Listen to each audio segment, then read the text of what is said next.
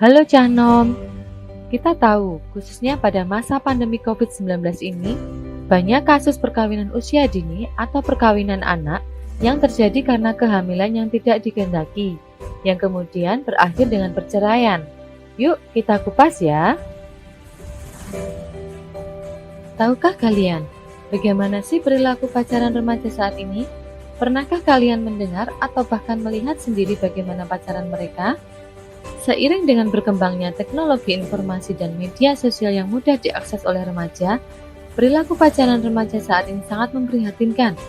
Media sosial menjadi ajang untuk curhat atau bahkan pamer pacaran saat ini. Gambar tersebut sudah viral di dunia maya. Di situ terlihat perilaku anak SD dan SMP yang sudah terlewat batas. Sebenarnya pacaran itu apa ya? Pacaran adalah proses saling mengenal, saling memahami, bagaimana pola pikir pasangan kita, nilai yang mereka anut, keluarga, dan teman pasangan kita. Sepertinya sederhana ya, tetapi pada tahap pacaran inilah banyak godaan dari lingkungan sekitar untuk melakukan hal-hal perilaku yang tidak sehat. Misalnya dari pegangan tangan, sampai ke hal yang paling intim, yaitu berhubungan seksual. Melihat pacaran remaja saat ini sangat memprihatinkan, yang akan menimbulkan dampak diantaranya kehamilan yang tidak dikehendaki. Tahap selanjutnya dari pacaran adalah menikah. Jadi, dalam Undang-Undang Nomor 16 Tahun 2019 tentang perubahan atas Undang-Undang Nomor 1 Tahun 1974 tentang perkawinan, ada perubahan batas umur menikah dari 16 tahun menjadi 19 tahun bagi perempuan dan laki-laki. Pemerintah melalui program pendewasaan usia perkawinan berupaya untuk menggerakkan remaja agar menikah pada usia ideal, yakni 21 tahun bagi perempuan dan 25 tahun bagi laki-laki. Syarat ya, sesuai perannya sebagai istri dalam sebuah keluarga, usia 21 tahun merupakan usia minimal menikah pada perempuan, karena menentukan kesiapan fisik, terutama hamil dan melahirkan, mental, dan emosi serta dimensi kesiapan lainnya.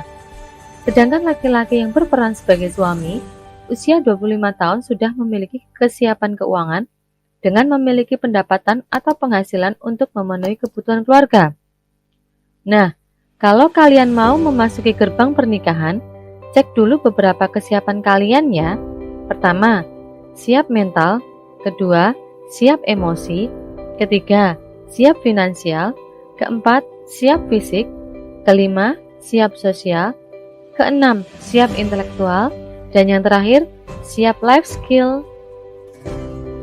Apakah kalian tahu apa kesehatan reproduksi itu? Kesehatan reproduksi adalah keadaan yang sehat, tidak hanya fisik tapi juga seksual dan psikososial seseorang dalam fungsi melanjutkan keturunan yang disebutnya fungsi reproduksi. Alat reproduksi laki-laki terdiri dari penis, testis, saluran kencing, saluran prostat, dan kelenjar seminalis. Sedangkan alat reproduksi perempuan yaitu vagina, serviks, rahim, endometrium, saluran telur, dan ovarium. Menginjak remaja, terjadi perubahan fisik untuk laki-laki dan perempuan.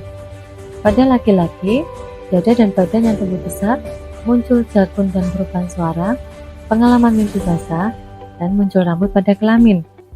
Sedangkan pada perempuan, pinggang dan pinggul yang membesar, menstruasi, dan muncul rambut pada kelamin.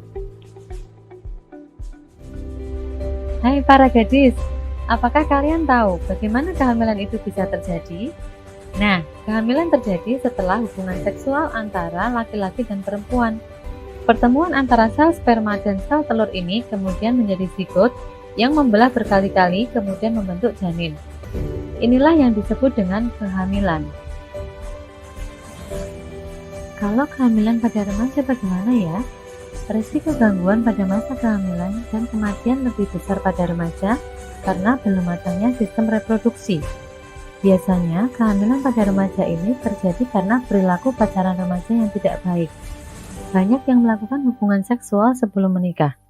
Salah satu risikonya adalah terjadinya penyakit menular seksual, karena para remaja ini seringkali berganti pacar, di mana kita tidak tahu apakah pacar kalian pernah berhubungan seksual sebelumnya dengan mantan pacar atau yang lain. Mari kita cek apa saja penyakit infeksi menular seksual itu seperti dalam gambar. Dampak perkawinan anak sangatlah kompleks.